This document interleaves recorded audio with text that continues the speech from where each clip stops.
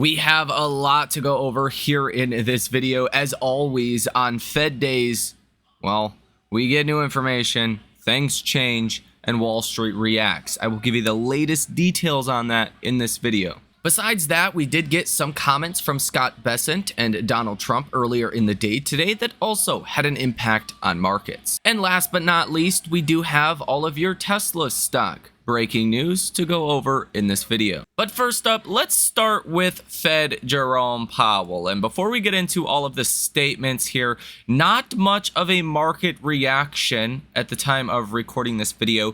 It is exactly 3 p.m. Eastern Standard Time, so there's a little bit more of the conference still to go. We will cover that as well as this video does progress and the statements that come out. But really, you could just categorize this as nauseously neutral. Like, Powell is not committing to anything. He's basically saying, if you want the long story short, we're going to wait until the last moment to act. Okay? He's saying that both inflation risks have risen, unemployment risks have risen. We don't know what we're going to do. It's going to take some time, and we're going to have to wait for the data to show up. Jerome Powell kind of acknowledges that the soft data is crap and that eventually that will likely lead into the hard data being crappy, but that has not happened yet. And they have no idea when that will happen. And that's why the Fed's not in a huge rush to cut rates, because the hard data still looks good. That's kind of the long story short of today, but we will share the headlines starting now. One of the big headlines here, Jerome Powell says we won't make progress on goals this year if tariffs stay, meaning that inflation's not going to hit 2% and you're not going to see a strong economy this year if tariffs stay. Okay, so just both sides of the mandate could get further away versus, things going back to normal. He says, but we don't know that yet. There is so much uncertainty over tariffs. He also says we would see a delay on getting to goals for the next year. So not just this year, but also next year could be delayed in actually getting down to 2%, keeping a strong, healthy labor market if tariffs are too large. Jerome Powell says when things develop, we can move quickly as appropriate. Again, basically, Powell's going to wait until like the last moment to come in and help. He says the costs of waiting are fairly low, that the economy is in a good place. If, of course, you exclude the surge in imports, he actually says that Q1 GDP minus government spending minus imports is actually around 3% for this quarter, Q1, technically. So it actually looked pretty good. Now, Donald Trump said at 1:52 p.m. today that he is not open to pulling back 145% tariffs. Okay, this is in reference to China. But again, Scott Bessent is meeting with China, and it seems like any moment you're going to be getting a pause on China tariffs. Okay, you almost have to. And Scott Bessent said even that strategic uncertainty is kind of Trump's playbook right now. Like, create chaos. And I think that's kind of just what this headline was designed to do. Jerome Powell says it's not a situation where we can cut preemptively because of the inflation issue that we could see from tariffs. He says we need to see more data. Jerome Powell says we haven't faced the question of two goals in tension in a long time. We have to keep in our thinking now. Basically, it's been a long time since you've seen this much potential upside pressure on inflation and this much potential, upside pressure on the unemployment rate. Normally those things do not go hand in hand. Normally, if you have inflation, you normally have a strong economy, right? Normally you don't see inflation and recessions, right? Recessions are like deflationary. They're disinflationary, okay? Normally these two things do not go hand in hand. Higher inflation and a weaker economy. That's a really bad problem to have. Jerome Powell says there are cases in which rate cuts would be appropriate this year. But he also says there are some cases or scenarios where rate cuts would not be appropriate this year, which is kind of interesting. Markets did not sell off more on that, considering we're still pricing in like 3 rate cuts this year. Jerome Powell says, I can't confidently say I know the appropriate rate path. He says that the president's calls for rate cuts don't affect our job at all. Jerome Powell was asked about what his gut feeling is around the economy and inflation and the path of the federal funds rate. Powell says, my gut tells me that uncertainty is extremely elevated, and the crowd just kind of laughed. He says that downside risks have increased, and he says that risks of higher unemployment and higher inflation have risen, but not yet in the data. He says the economy is doing fine. Our policy is not highly restrictive. Powell says that businesses and households very broadly are concerned, postponing decisions. If nothing happens to alleviate those concerns, would expect that to show up in data in weeks and coming months. Powell says we're watching extremely carefully. We don't see much evidence in actual data of a slowdown in the economy. Powell was also kind of, I would almost say, criticized over their use of QE. One reporter basically said that Powell went outside of the confines of their mandate, and Powell said QE wasn't beyond the confines of our mandate. He does reflect and say we could have tapered QE earlier or faster in hindsight, but that he appreciates the looking back and the constructive criticism, if you will, towards the Fed. Powell says that people are worried, but shock hasn't hit yet. Powell was asked about March projections for 2 rate cuts, says he can't make a projection now. Wait until June. Jerome Powell says the data could break in a way that favors one goal versus the other. Jerome Powell said last year, when said we would not welcome further labor market cooling, the unemployment rate had been rising, a very obvious concern about downside risks to the labor market. He says, fortunately, since then, the unemployment rate has been moving sideways. He says, I can't say how much of a rise in the unemployment rate is tolerable. We need to look at both unemployment and inflation. So, like, he's not giving you any definitive answers on anything. He says if we did see significant labor market deterioration, of course we would look to be able to support that. Jerome Powell says trade discussions could change the picture materially or not. Again, just uncertainty. Nobody knows. So again, at the time of recording this video, the S&P is up 0.2%, not really reacting too much in either direction. You're essentially at the same place you were when the statement came out. Like, you really haven't moved at all. And I think that's, again, just because you didn't get any answers from Powell. What do we expect? What do we want? Until the situation evolves and there's more clarity, we're not going to get any ourselves because the Fed doesn't have any themselves. Okay? Now, I still do think a pause on China tariffs could be coming very soon, maybe as soon as tonight. Probably tomorrow, probably after the bell tomorrow, I would imagine, or tomorrow night, you get a pause on China tariffs. That's my thought before discussions in Switzerland between Scott Bessent and Chinese officials. But again, I could be wrong there. That's not advice. That's not me looking at a crystal ball. That's purely my speculation. That's how I'm positioned in my portfolio. If I'm wrong, I'll lose money. If I'm right, I'll make money. It's about as simple as that. Those are my beliefs.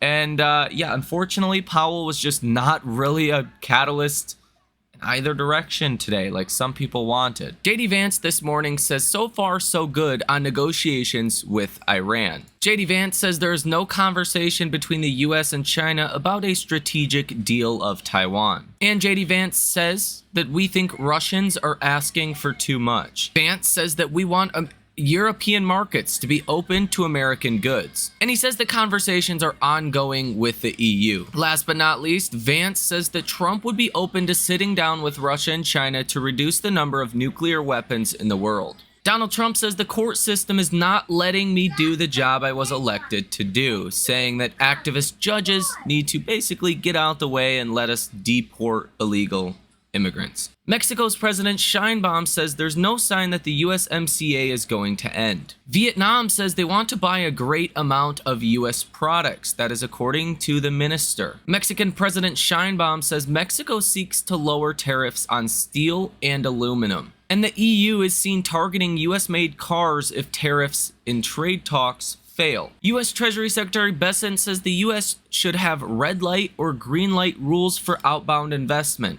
No yellow zones. Bessent says, I see up to $2 trillion worth of treasury demand from digital assets. Bessent declines to say which countries the US could reach trade deals with this week, saying it would be detrimental to US interests. But he does say that some trade negotiations are quite advanced towards agreements in principle. Bessent says that China negotiations will begin on Saturday in Switzerland. He says these talks on Saturday are a beginning for talks, not advanced discussions. Again, I think all it's about is pausing the China tariffs. And I imagine by Saturday, like tomorrow or Friday, you're going to see a pause on China tariffs. Before those talks even start, this is probably something that is already agreed upon right now. Like, you know, Bessent probably said on the phone, hey, do you guys want to meet? China's like, not really. Drop your tariffs. Bessent's like, okay, we will pause the tariffs in good faith starting Thursday at 4 p.m. Okay, China, we'll meet. That's pretty much where you're at right now. They're not really talking about trade negotiations, but I do believe they have agreed to meet because the tariffs are going to be paused. I don't think China would meet if the tariffs are not going to be paused. And in all fairness, it probably is a bilateral pausing of tariffs. It's probably not just the US, it's probably the US first, and then China shortly thereafter. Bessent says that the negotiations will begin on Saturday in Switzerland, that Trump's trade advisor Navarro won't be joining China talks in Geneva. So this looks like mainly a Bessent-led discussion. Bessent says the Treasury market was well functioning in the April turmoil. We and the Fed have a very large toolkit for treasuries. And he says there is broad investor support for treasuries in auctions, which is true recently. Like, there's been good auctions. And Bessent says it is time for China to graduate from developing country status. Now, one of the big headlines today that specifically took down the headline S&P, which really took down like Google and a couple of other, big tech names, was this news that Apple is exploring adding AI search to its browser. This news actually caused Google to sell off about 8.5% today. It also caused Apple to fall about 2%. So just those two stocks and their market cap weighting in the S&P, it's impressive that markets actually did relatively well today, all things considered. I mean, those are big declines for big companies. Bessent says the US will always meet its debt obligations, but it then was reported that Apple has no intentions of making its own general search engine, but that didn't stop Google's sell-off today. Bessent says that many bank capital regulations may be too tight. Now, this is a crazy kind of quote. Bessent says the market may discipline us one day. We're working to avoid it. Now, what this means is in reference to the bond market, okay? Think about it like this. If people were to stop buying bonds because of inflation, they deem the U.S. as too risky from a, balance sheet perspective and the federal government, people could stop buying treasuries. If you stopped buying treasuries, TLT would fall, right? Because there'd be less buying pressure. Bond prices would fall because there'd be less buyers, okay? TLT is the ETF for the 20-year treasury, so we'll just kind of put this into frame here. When bonds fall, yields go up, okay? Yield is correlated to risk. So remember this. If you ever see a stock that pays a 9, 10, even 8 or 7, 6% dividend, anything above 5%, you automatically know that it's risky. Okay? Because why do you have to pay 6, 7, 8, 9, 10% to entice capital into that stock? Okay? Bessent is saying that maybe one day people are going to stop buying bonds and yields could skyrocket because of fiscal irresponsibility in Washington. looks like that's something they're working on avoiding. Now, the Danish foreign minister says today, we will call in acting U.S. ambassador to Denmark to discuss media report about U.S. plans to step up spying on Greenland. Bessent says that he believes the debt to GDP ratio will drop next year. Citibank says the economy was decelerating even before tariffs hit. In the news today for Tesla stock, Tesla has launched the Model Y long-range rear-wheel drive in the U.S. with a starting price of about $45,000, EPA range of 357 miles, and 0 to 60 in 5.4 seconds. If you include the federal EV tax credit, that's going to bring your total to $37,490. That is cheap. Tesla has also added a full functionality code information for Robotaxi in their newest app update, a great sign that they are on track for a June launch, adjusting and confirming pickup locations, entering destinations, displaying real-time ETAs, managing trip cancellations, facilitating passenger egress with live updates, access to vehicle controls, dispatching pickups, confirming pullover actions, and ride cancellation reasons. Tesla is offering some Cybertruck owners a free 1-year trial of FSD supervised. Tesla earned more than $5 billion in revenue in Australia in calendar 2024, with sales from its stationary battery division leaping nearly five-fold to $2.55 billion from $580 million to outstrip that from electric vehicle sales at $2.44 billion for the first time ever over the year, according to Tesla Motors Australia's annual report for the 2024 calendar year. And news that was reported yesterday, I will reiterate yet again today, Republicans in the U.S. House are more likely than not to kill the $7,500 federal credit for electric vehicles, according to Speaker Mike Johnson. Tesla has begun reaching out to customers to replace for free the high-voltage battery pack seals in Model S and Model X vehicles manufactured between 2021 and 2022. In particular, this impacts vehicles between January 2021 and September 22nd, 2022. Tesla now has Cybertruck mobile service vehicles in New England and California. And officially, new Model Y deliveries have begun in Europe. This was posted to Tesla's Europe and Middle East X account. Option activity today for Tesla was really low. 26 different trades totaling $7.06 million with a positive order value of 45%. So in Tesla terms, really not a whole lot going on there. You have 185,000 shares today that are being sold short on net, which is kind of a low amount as well for any given day. So there's not a lot of hedge fund and institutional option activity today. Again, I think people are really waiting for that pause on China tariffs. Like, that is the big catalyst for markets at this point. The CNN Fear and Greed Index today is coming in at 57, which is now in greed territory, aligned exactly with where you were yesterday, also at 57. Market momentum, extreme fear, stock price strength is neutral, stock price breadth, extreme greed, put and call options, fear, market volatility is neutral, safe haven demand in extreme greed, and junk bond demand also in extreme greed. Coming out tomorrow morning, we will be getting a new AI investor sentiment survey. This will be fascinating because, I mean, Wall Street is very bearish right now, even though you've recovered quite a bit from the lows, right? When you were down like 21% at one point intraday, April 7th or so, you're more bearish now than you were then.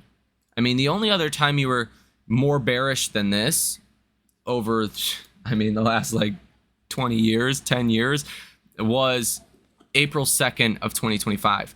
You had almost 62% of investors who were bearish. Today, 59.3% are bearish. Even after the recovery, that's incredible. 19.8% are neutral and 20.9% are bullish. That is the lowest number you have seen, again, since April 2nd.